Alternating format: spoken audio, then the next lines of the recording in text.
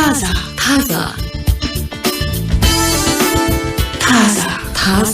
ዛኛ ፕሮግራም ታዛ ጀመረስ ትግስት በጋሻውና ጸገነት ላቀ ተገናኝተናል ስቱዲዮ ከኛ ጋር ሆኖ ብለን በአክብሮት እንጋብዛለን ምኖዮች አሉ ሚሊዮን እስቲ እንመልከታቸው የባህሪ ሳይንስ አጥኚዎች ምን ይላሉ ባህሪ በሚያነሳሱትና እንዲሁም ደግሞ በአጋጣሚዎች ተጽዕኖ ይደረግበታል ስለዚህ ሰዎች የሚፈታተኗቸው ነገሮች በማራቅ ተጋላጭ የሚሆኑባቸውን አደገኛ ነገሮች መቀነስ የሚቻልበት እድል አለ በሚል ይገለጻል አንዳንዶች ደግሞ ያው ከተጽዕኖ ነፃ ልንሆን አንችልም ግን በተጽዕኖ ውስጥ ደግሞ እንዴት ጠንካራ ሆነን መውጣት እንዳለብን ነው መሰልጠንም ሌሎችንም ሰዎች ልጆችን በተለይ ማሰልጠን ያለብን ብለው የሚከራከሩ ሰዎች አሉ ለማንኛውም ያው ከፈተና ራቅ ማለት ፈተናዎችን መቀነስ ለፈተና የሚያጋለጡ ነገሮችን ዲስከሬጅ የሚደረግበት መንገድ መከተል የሚለውን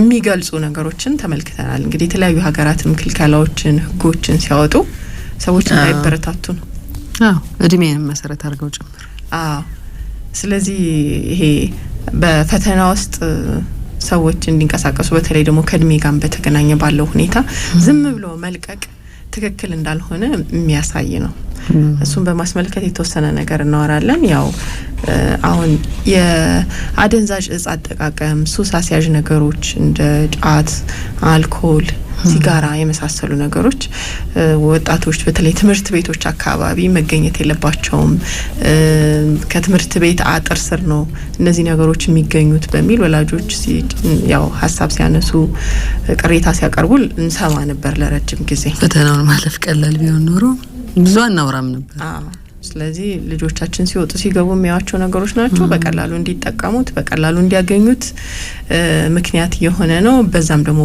ብዙ ታዳጊዎች ተጋላጭ ሆነዋል የሚለውን ጥያቄ ሲያነሱ ቆይተዋል ከዚህ ጋር በተገናኘ እንግዲህ አንድ የወጣ ደንብም አለ እሱን እንመለከታለን አንድ በእድሜዋ ገፋ ያለች ሴት ጋር ተገናኝቼ ነበር ቀደምና አንዳንድ ሰዎች የእድሜያቸውን የሆነ ክፍል አንስተው ያጫውቱሻል በአጋጣሚ ነው አሁን ካልሾ ነገር ጋርና ወጣ ገባ ያለች ጓደኝነት መስረታ ሰፈር ውስጥ አብራቸው ያደገቻቸው ልጆች አሁን ሌላ ሀገር ናቸው 6-7 ይሆናሉ እድሜ ለነሱ እኔማ አለች እናቴ ብዙ ነገር ትላይ ነበር መስመራቸውን ያቃሉ እነሱ አንቺ ግን እዛ መስመር ውስጥ ከገባሽ መውጣት አትችይም የቱን ነገርሽን ተማምነሽ ነው ትላይ ነበር ምን ያረጋል ከብዙ አመታት በኋላ የተገለጠልኝ ብላ ያሳቀችኝ ነበር ቀደምና አሁን ትጠያየቂያለሽ ከነኚህ ልጆች ጋር ካሩ አደገችሽ ጋር በህይወት ስለመኖሬ ማቁ እነሱ ግን ጥሩ ነገር ላይ ናቸው በደንብ አቃለው ሰማለው አለችና አንዳንድ ጊዜ ሰፈር አካባቢ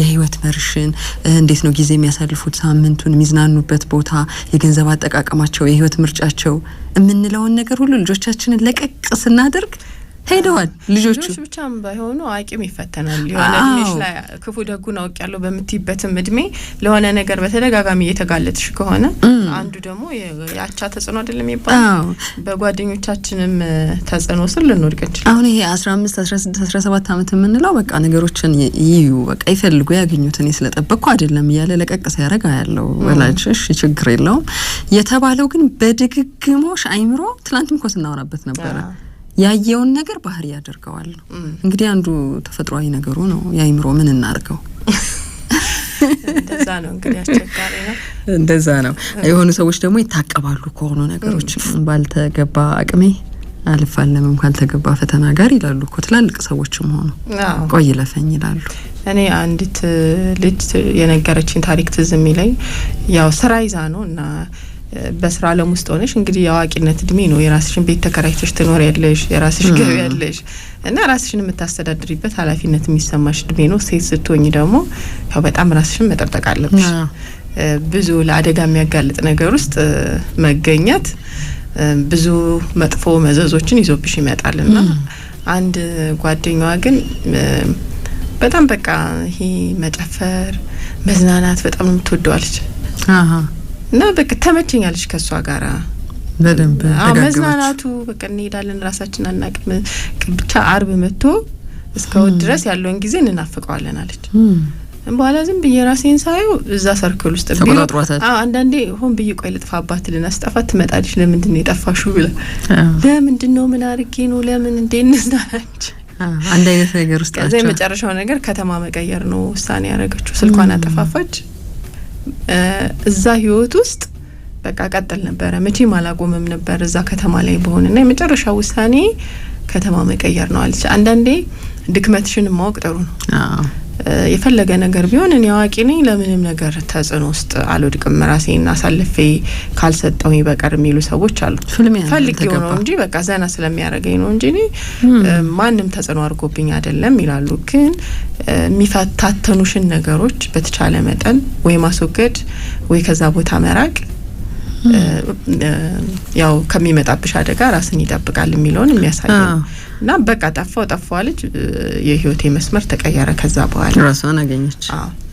እንደው ተከትላ ማለት መምጣቷ እኮ ነው። በቃ ስልኬን አጠፋፋዋለች ለረጅም ጊዜ። ያው በቦታም ተለያዩ። በቦታ ርቀት የሚገናኙበት እድል አይኖርም። ከዛ በኋላ ያው ሌላ ህይወት ውስጥ ሌላ ኃላፊነት ውስጥ ራሷን አስገባች። በምን ይገናኛሉ ከዛ በኋላ? መራቅ በቃ ትክክል እኮ ነው። መራቅ አንዱ ነው። ግን ይሄን ስታደርግ ቲኔጀር ሆነ አይደለም ይሄ 10ዎቹ እድሜ ውስጥ ያቻ ግፊት በጣም ተጽዕኖ ያደርግብሻል በሚባልበት እድሜ ሆነ አይደለም። ምንም ቢሆን የራሷን ህይወት እየኖረች ኃላፊነት ተሸክማ በምትኖርበት በቃ ራሴን ችዬ እኖራለሁ በምትልበት ህይወት ውስጥ ነው ያጋጠማት። ግን አንዳንዴ ትልቅ ሰው ነኝ እኔ ማንም ተጽዕኖ ያደርግብኝም እንላለን። አልፈተነውማ ራሳችንን በብዙ ነገር እየተፈተንሽም እኮ ነው። ሰዎች ተጽዕኖ አላደረጉብኝም እኔ ፈልጌ ነው እንላለን እንጂ ተጽዕኖ ውስጥ ስለሆነንም ሊሆን ይችላል እዛ ባህሪ ውስጥ የተገኘ ነው አደገኛ ባህሪ ውስጥ። ለዛ ሰዎችንም ላለመተው ይመስለኛል አንዳንድ ጊዜ። ለምሳሌ ብዙ ስለ ሶሻል ሚዲያ ስናወራ እኮ የትኛው ነገር ነው የተቆጣጠረን የምንለው እኮ እኛም እየተፈተንበት እኮ ስላለ ነው። ሰዎች በሚያወሩት በሚሉት ባደረጉት በአቋማቸው እንፈተናለን እኮ። በድግግሞሽ ራሱ ያየሻቸው ኮንተንቶች የትኞቹ ናቸው የሚለው በድግግሞሽ የትኛው ሰው ነው ሰለባ ያደረገሽ የሚለው ሳታስቢው እኮ አንድ አይነት ቃል ልታወሪ ትችላለሽ። ደግሞ አንዳንዴ የተባለ ይሄ ድክመትና ጥንካሬን ማወቅ ጥሩ ነው። በፈተና በቀላሉ ተጽዕኖ ውስጥ የምወድቅ ሰው ነኝ ወይስ ደግሞ እንደው መቋቋም የምችልበት ኃይል አለ ማለት አንዳንዴ ባክግራውንዳችንም አይደል አስተዳደጋችን ይሄ መንፈሳዊ ህይወታችን ጠንካራ የሚያደርገን ነገር ይኖራል። ሌሎች በቃ ጥንካሬ እንዲኖረን የሚያደርገን የነበሩን ትምህርቶች ይኖራሉ። ያስተዳደግ ውጤት ይኖራል። ያ ነገር አንዳንዴ ሊጠብቀን ይችላል። ወደቅ መነሳትንም ለምደነው ይሆናል። ይሄ ገባ ወጣ ይላል አይደል ህይወት። አንዳንዴ እንደዛ በደንብ የተለማመዱ ሰዎች ይኖራሉ። አንዴ ሸርተት ብለው ወድቀው ደግሞ ብዙ ለመነሳት የሚፈጅባቸው ሰዎች አሉ። ጤናቸው፣ ኢኮኖሚያቸው፣ ሞራላቸው በቃ ብዙ ነገር ተበላሽቶ ሊያገኙት ይችላሉ። እሺ እና ያለን ያው እሱማ ትዳር ውስጥ ሆኖ የሱ ጓደኞች እኮ ናቸው እንዲህ እያረጉት ያሉት የሚባሉ ሰዎች አሉ። አባወራ ሆነው እማወራ ሆናም እንደዛው የሷ ጓደኞች ናቸው የኔን ትዳር እኮ እንዲህ እያረጉት ያሉት የሚባሉ ሰዎች አሉ። እና ብዙ ነገራችን ውስጥ ሊመጣ ይችላል ተጽዕኖ። ሌላው አንድ ዊሊያም የተባለ ሰው ዊሊያም ሳሙኤልሰን ይባላል እና አንድ ማስታወሻ ጽፎ ነው መነሻ ያደረኩት ታሪኩንና አንድ ሰው አብረን በቡድን የምንሰራበት ቡድን ውስጥ 7ኛው ሰው ነው ይላል። እኔ ቲም ሊደር ነኝ ወይም ደግሞ የቡድኑ መሪ ነኝ ይላል። በአንዱ ቀን ታዲያ ጃክ ወደኔ መጥቶ ይሄ ቡድን ለኔ ተገቢውን ክብር እየሰጠኝ የመሰለኝ አይደለም እና ይሄን አስተውለዋል ወይ? ይሄ በቡድን ሲሰሩ 6-7 ሆነው ይሄ ስሜት ተሰምቶኛል፣ ተገፍቻለሁ፣ እኔ ላይ ትኩረት እያደረጋችሁ አይደለም፣ እኔ እየተገፋው ነው ከዚህ ቡድን ውስጥ ምንድነው ብለው ጠየቀኝና የመጀመሪያ የ2 ደቂቃ ምክር ልስጥህ አልኩት። ማናችንም ስልክ ላይ ከ2 በላይ አደውል አልኩት ብሎ ነው ታሪኩን የሚጀምረውና ለካ የብዙ ሰዎች ጥያቄ ነው። ለምንድን ነው ሰዎች የሚንቁኝ የማያከብሩኝ የሚሉ ብዙ ሰዎች ይሄን ጥያቄ አንስተዋል።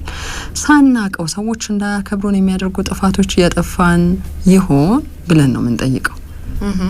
ይሄ ምንድነው ሰው ጤፉ የሚባሉ ሰዎችን አያካትትም። ሰው ጤፉ የሆኑ ሰዎች አሉ። በቃ በሁሉም ቦታ ሁሉንም ሰው የሚያጣጥሉ የሚያናንቁ ዝቅ የሚያደርጉ አጠገቤ ሰው የለም ብለው የሚያስቡ የራሳቸውን ነገር ብቻ የሚያስቡ ሰዎች አሉ። ከዛ ውጪ መስሪያ ቤት አካባቢም ለኛ ሰዎች ክብር የላቸውም። መኖሪያ አካባቢያችንም ቤተሰባችንም ውስጥ የተገፋን ሰዎች ነን። በፍቅር ግንኙነታችንም ሊሆን ይችላል፣ በትዳር ግንኙነታችንም በብዙ ነገር ውስጥ በቃ አንደርማይን እየተደረግን ነው። ለምንድን ነው ግን?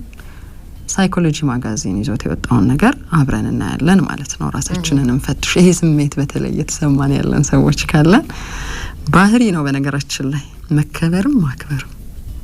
እንዲህ ስንፈጠር ስለምንከበር አይደለም፣ ስንፈጠርም አክባሪ ስለሆነን አይደለም። እንደውም ሳይኮሎጂ ማጋዚን ኤክስፐርቶቹ አሉ ብሎ ያለውን ነገር መነሻ ያደርጋል። መከበር አልወድም ሲል የሰማችሁት ሰው ይኖር ይሆን? በእርግጠኛነት የለም። ሁሉም መከበርን ይፈልገዋል። በወላጆቻችን፣ በጓደኞቻችን፣ ሌላው ቢቀር በድመትና ውሾቻችን መከበር እንፈልጋለን። የዚህ ተቃራኒ መናቅ ወይም አለመከበር ሲኖር በእጅጉ ያሳምማል። ለምንድን ነው ብሎ ይጠይቃል። ትናንሽ የመሰሉ ልምዶቻችንን፣ ጥፋቶቻችንን እንፈትሻለን። መከበር በከንፈር ይባሉስ? አይ መከበር እውነተኛው ነው። አይ መከበር በከንፈር ማለት ነው አፋችሁን ሰብስቦ ነው እንዳመጣላችሁ አትናገሩ። አንዱ እሱ ነው። ስለ ስሜት እናወራለን። በነገራችን ላይ ብዙ ሰዎች ስሜት ተንቀዋል። እንደዛ አንጸባረቁት ስሜት ዝም ብላችሁ ከተናገራችሁ አፋችሁ እንዳመጣ ያው የምትፈልጉትን ክብር አታገኙም ለማለት አይደል? መከበር በከንፈር። አዎ መጣልኝ አባባሉ። እሺ ይባል እንደዚህ አይነት አባባል አለ። ለመከበር ያው ማክበርም አንዱ ነገር መሰለኝ። ግን ያው ዲስሪስፔክት በጣም ብዙ ቦታ የሚያጋጥመን ከሆነ የሚጎዳ ነገር ሰው ማንም ሰው እኮ ክብሩን እንድነካው አይፈልግም። ማንም ሰው ክብረ ነክ ነገር የሚያደርገውም ሰው መከበሩን ያስቀድማል ይፈልጋል። አዎ እሱ እኮ ነው አስገራሚው የሰው ልጅ ፍላጎት። አንዳንድ ጊዜ መቼም አንቺ ክብር ያለሽ ሰው ሆነሽ የሆነ ቦታ ላይ የሆነ ሰው ሊዘረጥጥሽ ይችላል። ማን እንደሆንሽ ባለማወቁ ምንም ነገር ሳይሰማ ይሄኛውን ሳይሆን የምንለው በየቦታው ይሄ ስሜት የሚሰማን አይነት ሰዎች ከሆነ እስቲ እንጠይቃለን። ማሻሻል ያለብን ባህሪ ስለሚኖር ማለት ነው። ጥሩ እሺ፣ በእነዚህ ወሬዎች እናመሻለን። ከኛ ጋር ሁኑ። ታዛ ነው እየሰማችሁ ያላችሁት። ሰዎች ፈተናዎች ለመቋቋም ወይም ደግሞ ፈተናዎች ቢደረደሩባቸው ከፈተናዎች ለማምለጥ የሚያስችላቸው ጥንካሬ ሊኖራቸው ይችላል፣ ወይም ደግሞ በፈተናዎችም ሊወድቁ ይችላሉ። ግን ከዚህ ሁሉ ፈተናዎችን ማራቅ አይሻልም ወይ ብለው የሚከራከሩ ሰዎች አሉ። አንዳንድ ጊዜ ደግሞ ያው ፈተናዎችን ማስወገድና ማራቅ የሰዎችን ለፈተና የመጋለጥ እድል ይቀንሳል በሚል በተለይ ከጤና ጋር የተያዙ ፖሊሲዎች በዛ መንገድ ክልከላና ገደቦች እንዲቀመጡ በማድረግ ሀገራት ህጎች፣ ደንቦች እንዲያወጡ ምክንያት ይሆናል። አንዱ እንግዲህ በተለይ ታዳጊነት እድሜ ላይ ያሉ ልጆችን ከተለያዩ ነገሮች በተለይ ከሱስ አስያዥ ንጥረ ነገሮች ለመከላከል በሚባል የሚወጡ ገደቦች አሉ አይደለ? ከ18 አመት በታች ከ19 አመት በታች የተባሉ የሚቀመጡ ክልከላና ገደቦች አሉ። እነዚህ ገደቦችና ክልከላዎች ሲቀመጡ ምክንያት አላቸው በሚል እንግዲህ ብዙዎች ይከራከራሉ። ይሄም ባህሪን መሰረት አድርጎ የሚወጣ ህግ ነው ብለው የሚገልጹ አሉ። ግን አንዳንዶች የሰዎች ባህሪ ለምንድን ነው ፈተናን በመራቅ በፈተና ኢንፍሉዌንስ ይደረጋል የምንለው? ይሄ እኮ የሰዎቹ ምርጫም ጭምር ነው በሚል የተለያዩ ምክንያቶችን ያነሳሉ። ለምሳሌ ሰዎች ግላዊ የሆኑ ኃላፊነቶች አሉባቸው። አንድ ሰው የፈለገ ፈተና ፊቱ ቢደረደር ድርጊቱን የመምረጥ ኃላፊነት የራሱ ነው፣ የማድረግና ያለማድረግ ብለው የሚከራከሩ አሉ። ለምሳሌ ሁለት ተማሪዎች በሆነ ትምህርት ቤት ሲያልፉ ትምህርት ቤታቸው አጠገብ የሆነ መጠጥ ቤት ቢኖር በየቀኑ ያንን እያዩ የሚያልፉ ቢሆኑ አንደኛው አልኮል መግዛትን ሊመርጥ ይችላል፣ አንደኛው መግዛትን ላይመርጥ ይችላል። ስለዚህ የሚያሳየን ድርጊታችንን የመምረጥ እድል እንዳለን ነው፣ ኃላፊነቱ የኛ እንደሆነ ነው ብለው የሚከራከሩ አሉ። ሌላ ይሄ ሰልፍ ኮንትሮል ራስን መግዛት መቆጣጠር የሚባለው ጉዳይ ነው። ሰዎች ፈተናን መቋቋም የሚችሉበት አላቸው፣ በጣም ጠንካራ ዲሲፕሊን፣ ስነ ምግባር ካላቸው፣ ስነ ስርዓት ካላቸው ብለው ይናገራሉ። ለምሳሌ ከዚህ ጋር እንደ ምሳሌ የሚነሳው አንድ ሰው አመጋገቡን በጣም ስትሪክት አድርጎ መመገበው እነዚህ ምግቦችን ነው፣ ጤናማ ምግቦችን ነው መመገበው ብሎ በሆነ በተገደበ የአመጋገብ ስርዓት ውስጥ ከሆነ ያለው በየቀኑ በሆነ ኬክ ቤት፣ ዳቦ ቤት ቢያልፍ የፈለገ ቢሸተው ገዝቶ አይቀምስም። ዋው ማለፍ አልቻልኩም። ሊገባ አይችልም። ስለዚህ ይሄ ፈተናን ራሳቸውን በመግዛት ውስጥ በሰልፍ ዲሲፕሊን ራስን ይሄ በስነ ምግባር በማብቃት ውስጥ ከፈተና ራሳቸውን የሚጠብቁ ሰዎች አሉ ብሎ የሚናገሩ አሉ። ሌላ የሞራልና ሃይማኖታዊ እምነቶች ናቸው። በዚህ ጉዳይ ላይ ሰዎች በጣም ጠንካራ የሞራልና ሃይማኖታዊ እሴቶች ሲኖራቸው ባህሪያቸውንም የመምራት ኃይል አለው ነው ከአካባቢያዊ ፈተናዎች ይልቅ ብለው ይገልጻሉ። አንድ ሰው ለምሳሌ በሃይማኖቱ ሲጋራ ማጨስ በጣም መጥፎ ነው፣ ሱስ ክልክል ነው የሚለውን ነገር በደንብ የሚያምንና የሚቀበል ከሆነ የፈለገ ነገር ራሱን ሲጋራ መሀል ቢያገኝ ራሱን ሲጋራ የሚጋብዙ ሰዎች መሀል ቢያገኝ ሊያደርገው አይችልም፣ የፈለገ አቬሌብል ቢሆንለት ብለው የሚገልጹ አሉ። ሌላው እውቀትና ትምህርት ነው። ሰዎች በቂ እውቀትና መረጃ ካላቸው ለምሳሌ አደንዛዥ እጽ ምን ያደርጋል፣ ምን አይነት ጉዳቶች አሉት የሚለው በቂ መረጃ ከተሰጠው የፈለገ ፈተና ፊቱ ቢደቀን ስለ አደጋው ያወቀ ተጋላጭ ሊሆን አይችልም ተብሏል። ለምሳሌ አንድ በአግባቡ መረጃ የተሰጣቸው ታዳጊዎች ስለ ሲጋራ የጤና ጉዳት፣ ስለ አደንዛዥ እጽ መጠቀም በአግባቡ የተነገራቸው በትክክል መረጃ የተሰጣቸው ዌል ኢንፎርምድ የሆኑ በአስራዎቹ እድሜ ውስጥ ያሉ ልጆች የፈለገ ጓደኞቻቸው ጫና ቢያደርጉባቸውም ወይም ደግሞ በቀላሉ በሚያገኙት ቦታ ይኖራሉ ቢባል እንኳን ሊጠቀሙት አይችሉም ብለው ይገልጻሉ። ማህበራዊና የቤተሰብ ተጽዕኖም ሌላው ነው። ለምሳሌ በቤተሰብ ውስጥ በማህበራዊ ህይወታችን ውስጥ እንደ ባህል የሚወሰዱ እንደ ልማድ የሚወሰዱ ነገሮች አሉ አይደል? ባህሪን ኢንፍሉዌንስ የሚያደርጉ ለባህሪያችን ተጽዕኖ የሚያደርጉ ውግዝ የተባሉ ነገሮች ይኖራሉ። ትክክል እንዳልሆኑ በተደጋጋሚ ያደግንባቸው የተነገረን ነገሮች ሊኖሩ ይችላሉ። እንዲህ አይነት ነገሮችን መጠቀም ትክክል አይደለም በሚል እዛ ቦታ እንዳትደርሺ የሚደግፍ የሚያበረታታ ይሄ በጎ የሆነ ተጽዕኖ ያለው ማህበረሰብ ውስጥ ማደግም እንዲህ አይነት ነገሮች ላይ ራስሽን ብታገኙ እንዳትጠቀሚ ምክንያት ይሆናል ብለው ይገልጻሉ። ዞሮ ዞሮ ምንድነው ይሄ ፐርሰናል ፋክተሮች የምንላቸው ራስን መግዛት፣ ጠንካራ እምነቶች የመሳሰሉት ነገሮች ከተጽዕኖ ራሳችንን የምናረቅበትን እድል ሊሰጡን ይችላሉ። በሌላ በኩል ደግሞ አካባቢያዊ ተጽዕኖች ቅድም ያልናቸው የነገሮች በስፋት መገኘት፣ ባለፍን ባገደምንበት ቦታ በአቅራቢያችን እንደ ልባችን አክሰስ ማድረግ መቻላችን፣ ማስታወቂያዎች፣ እነዚህ ነገሮች ተጽዕኖ አያደርጉም ማለት አይደለም በሚል ደግሞ ሁለቱንም ነገሮች ማየት ያስፈልጋል ብለው የሚገልጹ አሉ። በዛ በጠቀስናቸው መንገዶች ቴምፕቴሽኖችን፣ ፈተናዎችን፣ አካባቢ ተጽዕኖችን ማለፍ የቻሉ ሰዎች ሊኖሩ ይችላሉ። በሌላ በኩል ደግሞ ተጋላጭ የሚሆኑበትን ነገር ደግሞ ባጠገባቸው በማስቀመጥና ሁልጊዜ እንዲያዩት በማድረግ ደግሞ ተጋላጭ የሚሆኑ ልጆች ይኖራሉ፣ ተጋላጭ የሚሆኑ ሰዎች ይኖራሉ። ከፈተናው ሊርቁ አይችሉም። ወይም ደግሞ እንደዚህ አይነት ሰዎች ስላሉ ብለን ብቻ አቬሌብል ማድረጉ ትክክል ላይሆን ይችላል። ሁሉንም ነገር ልቅ ማድረጉ ያው ጎጂነቱ ስለሚያመዝን ነው። ብዙ ጊዜም እንደዚህ አይነት ህጎች የሚወጡት ይባላል እና የባህሪ ሳይንስ አጥኚዎች ምን ይላሉ? ባህሪ በሚያነሳሱን ነገሮችና በአጋጣሚዎች በእድሎች ተጽዕኖ ይደረግበታል ነው። አንድ ሰው ለምሳሌ የማጨስና የመጠጣት ፍላጎት ቢኖረው እንዲኮ ባደርግ የሚል ፍላጎት ቢኖረው ይሄንን እድል ደግሞ የሚያገኝበት አካባቢው ላይ ተጋላጭ የሚያደርገው ቦታ ቢገኝ ደመቅ ያለ ቦታ፣ አዎ፣ ስለዚህ የመጠቀም እድሉ በጣም ሰፊ ነው። ግን ባይኖርስ ፍላጎት አለው ግን ቦታው ላይ እንደዚህ አይነት ነገሮች የሉም። አዎ የሉም። ስለዚህ የመጠቀም እድሉ ይቀንሳል ነው። ለዛ ነው እንግዲህ በርካታ የህዝብ ጤና ፖሊሲዎች አካባቢን የመቀየር ላይ ትኩረት የሚያደርጉት ተብሏል። ሰዎችን የተሻለ ምርጫ ምረጡ ስለማለት ሳይሆን ለምሳሌ ከሲጋራ ማጨስ ነጻ የሆነ ቦታ፣ የእድሜ ገደብ፣ በአልኮል ሽያጭ ላይ በመሳሰሉት በተለይ አሁን ትምህርት ቤቶች አካባቢ በሆነ ሜትር ርቀት በሆነ ክልል እንደዚህ አይነት ቦታዎች ላይ የመሳሰሉትን ይሄ የጠቀስናቸውን አደንዛዥ እጾች፣ ሲጋራ፣ አልኮል መሸጥ ማስተዋወቅ ክልክል ነው የሚሉ ህጎችን የሚያወጡ ሀገራቶች አሉ። አሁን በርካታ ሀገራት አልኮልና ተመሳሳይ ሱስ አስያዥ ንጥረ ነገሮችን ከ100 እስከ 500 ሜትር ድረስ በትምህርት ቤቶች አካባቢ እንዳይገኙ ያደርጋሉ።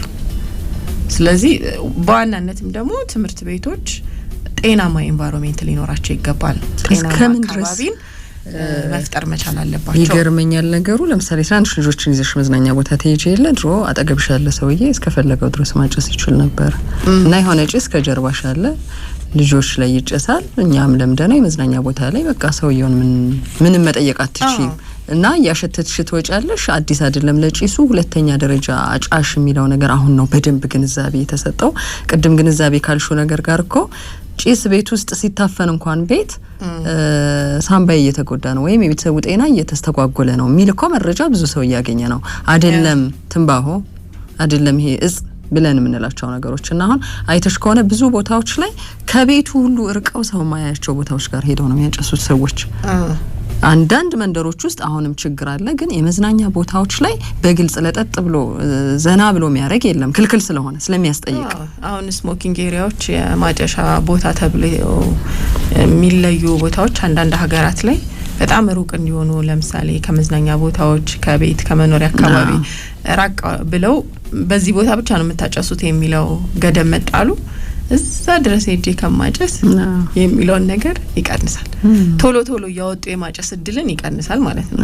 ለምሳሌ አንድ ሰው ቶሎ ብሎ የሆነ መዝናኛ ቦታ ሲገባ አውጥቶ የሚያጨስ ከሆነ የሚያጨስበት ቦታ የተወሰኑ ሜትር ርቀቶችን ኪሎ ሜትር ርቀቶችን እንዲሄድ የሚያደርግ ከሆነ እድሉን ይቀንሰዋል።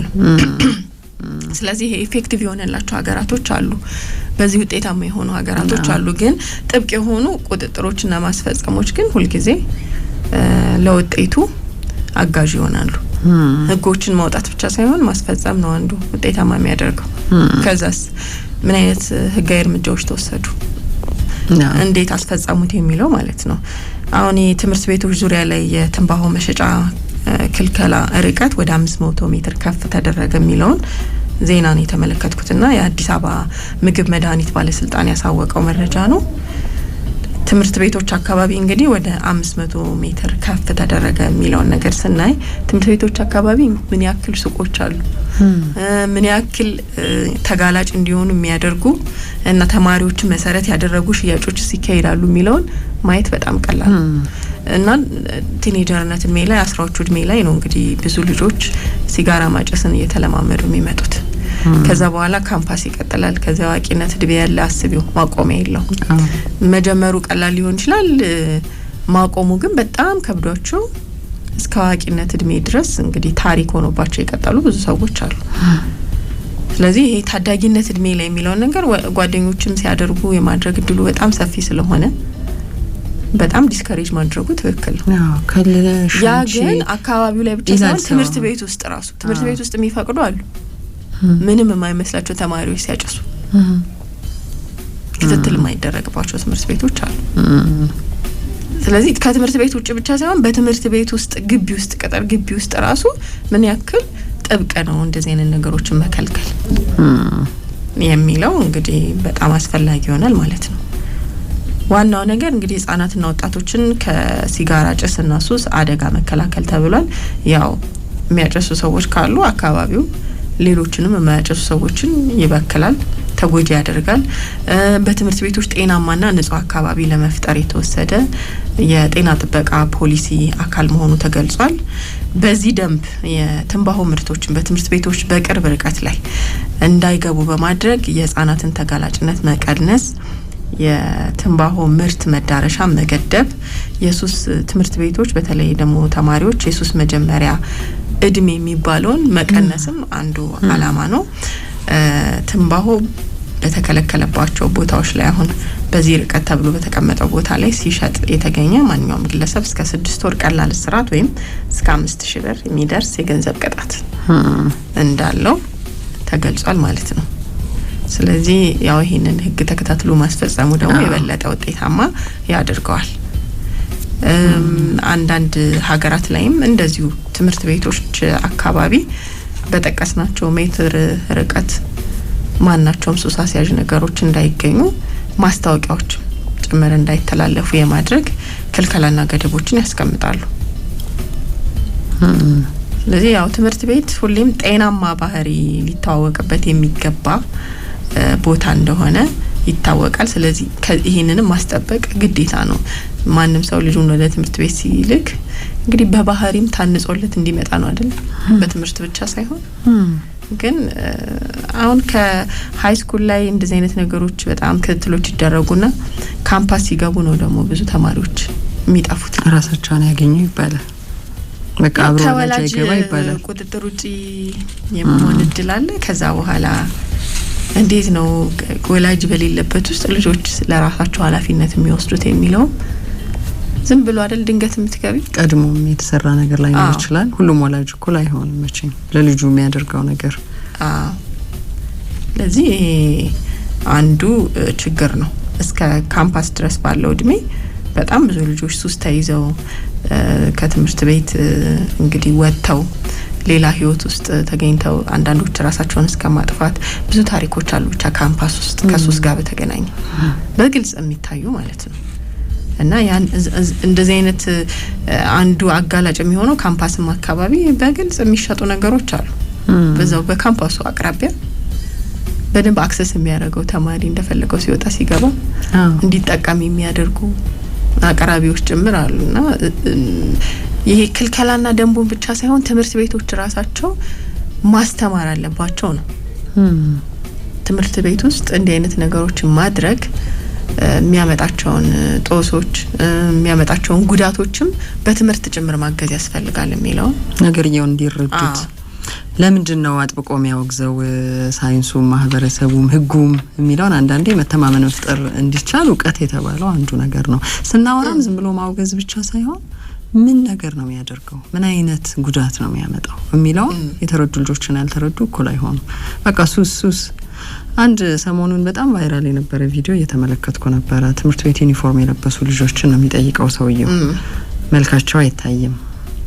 ለመከራከርም ይቃጣቸዋል። የሚከራከሩት ምንድነው ምንላቸው ይሄ የተለመዱት ነገሮች ሱስ አይደሉም፣ ሱስማ ከዛ ከፍ አለ አይደል እንዴ ነው የሚያወሩት። ጭራሽ አንዱን ሱስ ከአንዱ ሱስ የማበላለጥ እና ምንድነው የምታረጉት፣ ኬስ ነው የምታመጡት፣ እንዴት ነው ትምህርት ቤት ይዛችሁት የምትገቡት ነው የሚላቸው። ያው በራሱ መንገድ ለመመርመር ነው የፈለገው።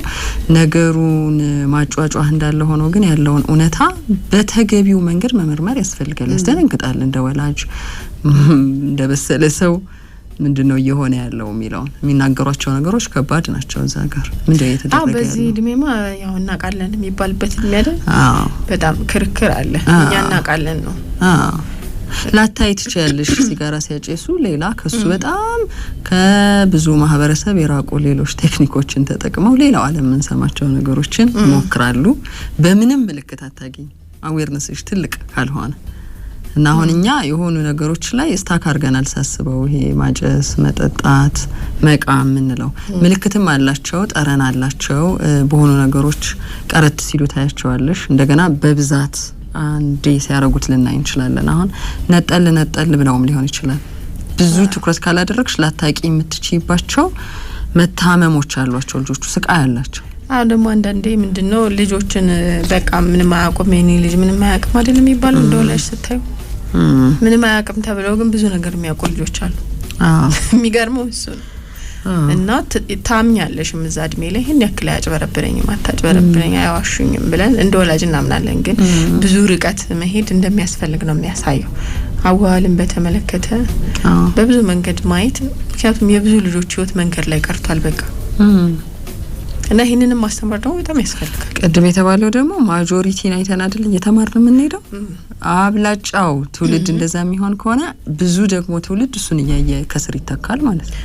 እንዲህ ነው የሚኖረው፣ እንዲህ ነው ባህሪ፣ እንዲህ ነው ልምድ። አሁን መኖሪያ ቤቶች አካባቢ ራሱ በጣም ሰዎች የሚኖሩባቸው መንደሮች ውስጥ መተላለፊያ መንገድ ላይ ጫት ቤቶች በግልጽ ሽያጭ ይደረጋል። ያው ሁሉም በፌስታል እያያዘ ወደ ቤቱ የሚገባ አለ። እሱማ ግን ልጆች እኮ ይጠይቃሉ። አሁን ትናንሽ ልጆችም ታዳጊ ልጆችም ሲወጡ ሲገቡ ያዩታል።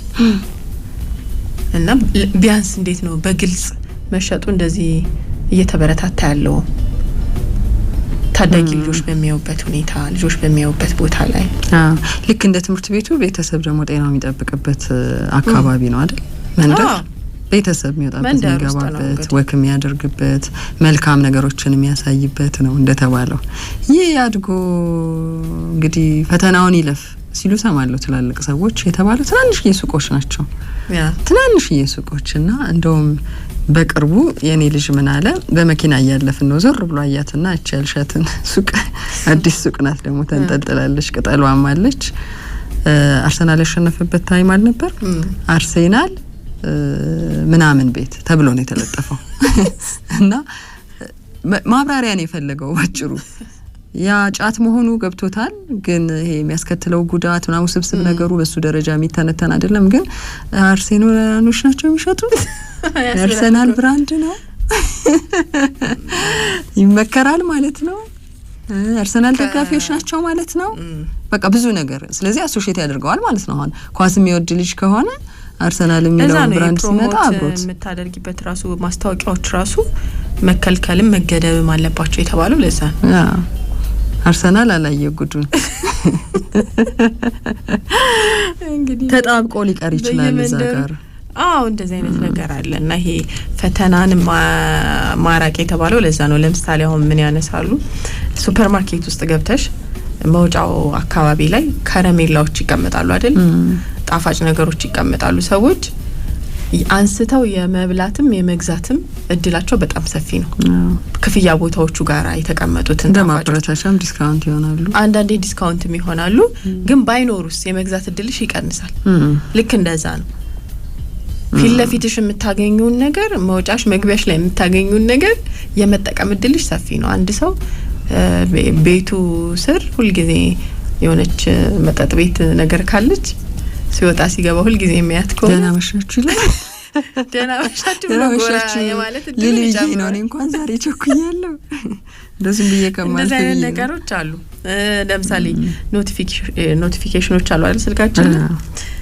እያጠናሽ የሆነ ነገር ያነበብሽ ቶሎ ቶሎ የሚገባና ድምጹን የምትሰሚ ከሆነ ለማየት ያለሽ ተነሳሽነት ከፍ ይላል ብታጠፊው ግን ወይም ደግሞ ስልኩን ካጠገብሽ ብታርቂው ምሳሌው ነገር ላይ ትኩረት ታረጋለሽ ነው እና በቀላሉ እንደዚህ ተጽዕኖ ውስጥ ምንገባባቸው ነገሮች አሉ አዋቂ ሆነን እንኳን አይደለም እንደዚህ 10ዎቹ እድሜ ውስጥ ላሉ ልጆች ምንም ለማገናዘብ ስሜታዊ ውሳኔ የሚወሰንበት እድሜ ነው ስለዚህ ማራቅና ከማራቅ ጋር በተያያዘ ደግሞ በቂ ትምህርት መስጠት በጉዳዩ ዙሪያ ከእንደገና ደግሞ ማስፈጸም አሁንማ ምን በረዶም በባሊ ትውልት በር ላይ ነው እሱ ብቻ ልጆች የሚጓጉባቸው ስቲከሮች መጫወቻዎች እነሱን ሁሉ ይዘው የሚመጣሉ ትምህርት ቤት በር አካባቢ እና በየቀኑ እሱን ግዙ ሊሉ ይችላሉ አሁን ትናንሽ ልጆች ወላጅ ካልተገዛልኝ ይላል አይቶታል እንግዲህ ምን አረጋለሁ ብለሽ ገምጨቃጨቅ ብለሽ ትገዣለሽ ነገም ደግሞ እዛ ቦታ ታገኛቸዋለሽ እነዛን ሰዎች ይሄ በቃ እንዳይጠቀሟቸው መፈልጊያቸው ነገሮች ፊት ለፊት ላይ ሲገኙ የመጠቀም እድላቸውን የመፈለግ እድላቸውን ይሆናል ወደ ፈተና ታስገባን ይባላል እና ለማንኛውም ያው ክልከላዎቹ በጣም በጥብቅ መፈጸም አለበት ብዙ ነገሮች እንኳን እየተፈጸሙ ነው አይደል እንዴ አለማችን ላይ የሚገርሙ ለማስተካከል የሚደረጉ እርምጃዎች ደግሞ በጣም መበረታታት ለምሳሌ በጣም ከቁጥጥር ውጪ ሆነ የሚባለው ሶሻል ሚዲያ ሀገራት ቀስ በቀስ ህግጋቱን ያስፈጸሙ ነው የሚያስፈጽሙበት መንገድ አቅም ይፈልጋል በርግጥ እውቀት ይፈልጋል የተዝረከረከውን ነገር መሰብሰብ ይፈልጋል ለምሳሌ እንግሊዝ ሁለተኛው ሀገር ሆና ልክ እንደ አውስትራሊያ ከ16 አመት በታች መጠቀም እንዳይችሉ አድርጋለች አጽድቃለች ሶሻል ሚዲያ ታዳጊዎች ወጣቶች ማመዛዘን የማይችሏቸውን ቶሎ ለአደጋ የሚጋለጡባቸውን ኮንተንቶች እንዳይዙ ወይም በባለቤትነት እንዳያስተዳድሩ ስልክ ሊኖራቸው ይችላል ልጃቸው ላይ ግን እነኚህን አፕሊኬሽኖች አውርዶ አካውንት ከፍቶ መጠቀም ይችላልው እንዳይሉ ይሄን ደግሞ ያስተገብሩታል በሚገርም ሁኔታ ለውጡንም ያያሉ የባህሪ ለውጦቻቸውን እኮ ያያሉ የማስፈጸም አቅም ሲኖርሽ የበለጠ ውጤታማ ይሆናል ለምታወጪውም ህግ እሱ አንዱ ነገር ነው ያው እኛ ጋር እኮ ብዙ ነገር ተደበላልቋል እና አሁን ቅድም ያላቸው ይሄ ጠንካራ አንዳንድ ሰው ልጁን በእምነት በጣም ጠንካራ እንዲሆን የሚያደርገው እምነት ተቋማት እንዲሄድ የሚያደርግበት ምክንያት አንዱ ለዚህ ነው አይደል በጣም የሚለፋው ከሌለው ጊዜ ላይ ጭንቅላት ውስጥ ሌላ ደግሞ እኔ ያልሰራሁት ሌላ አካል የሚሰራው ነገር መኖር አለበት ነው ደግሞ ትምህርት ቤቶች መረጣ ላይ ራሱ የልጆች ስነ ምግባር ላይ በጣም የሚጠነቀቁ ትምህርት ቤቶች ላይ ትኩረት ያደርጋል ብዙ ወላጅ ለምን እኔ ሌላውን ነገር አስተምረዋለሁ ዋናው ስነ ምግባር ነው የሚሉ ወላጆች ለስነ ምግባር ቅድሚያ ያሰጣሉ የሚሉ ወላጆች አሉ። ለዛ ነው አሁን የቤተሰብ በጣም ቫልዩ የምንላቸው ነገሮች የሚያስተምሩ ሰዎች ጋር ይዘው ይሄዳሉ እኮ አሁን ወጣት ባለትዳሮች ልጆቻቸውን እነሱ ቢዚ ስለሚሆኑ አያቶች ጋር አያቶቻቸው የተወለዱበት አካባቢ 1 ወር 2 ወር ቆይተው እንዲመጡ ይለውጣቸዋል። ለውጧቸውም ያየናቸው እኮ ልጆች አሉ። እንዴ በዚህ እድሜ እንዲመብሰል ይቻላል እንዴ ያልናቸው ፈተናውን ከምትሰጪ ፈተናው አምልጦ እንኳን ዓለም ቢሰጣቸው ማለፍ የሚችሉበት ቀድሜ የተባለ ይሄ የፈለገው ፈተና ቢደረደር በሚለው ላይ ጥንካሬ የሚኖራቸው አንዳንዴ እንዴ ምን አይነት ማህበረሰብ ውስጥ አደግሽ ምን አይነት ቤተሰብ ውስጥ አደግሽ ምን አይነት ጠንካራ የሞራልና የሃይማኖት ባክግራውንድ አለሽ የሚለው ራሱ ይወስነዋል። ቢያንስ ወድቀው እንዳይቀሩ ያደርጋል የምንላቸው ነገሮች በተጨማሪነት ማመቻቸት ለልጆች ለወጣቶች አሁን ጤናማ በሆኑ ቦታዎች ላይ ያሳልፉ የሚባለው ከስፖርታዊ እንቅስቃሴዎች ጋር ወጣት ልጆች የስፖርት ማዘውተሪያ ቦታዎች ላይ እንዲያሳልፉ ጊዜያቸውን ይወስዳል። በዛ ላይ ስፖርት ሁልጊዜ ከጤናማ ላይፍ ጋር ነው የሚገናኙ አይደል? ጤናማ ላይፍ ስታይል መገለጫ ነው። ስለዚህ አንድ ሰው እንግዲህ አካል ብቃት እንቅስቃሴ ያደረገ እግር ኳስ እየተጫወተ ዋና እየዋኘ እንዲህ አይነት ነገሮች ላይ ብዙ ጊዜ ባሳለፉ ቁጥር ሌሎቹን የመጠቀም እድላቸው እየቀነሰ ይመጣል እና ብዙ የሚተኩ ነገሮችን ብቻ ይሄ ምንድነው ማረገው ብለው የሚጨነቁ ልጆች ሳይሆኑ እነዚህ አክቲቪቲዎች አሉ እነዚህን አድርጋሉ በዛም ደግሞ ይሄ ፕሮዳክቲቭ እንደሆኑ የሚሰማቸው መነቃቃት የሚሰማቸው ልጆች እንዲሆኑ አማራጭን ያው ወላጅ ማየት አለበት ግዴታ ነው። እሺ ታዛን ነው እየሰማችሁ ያላችሁት።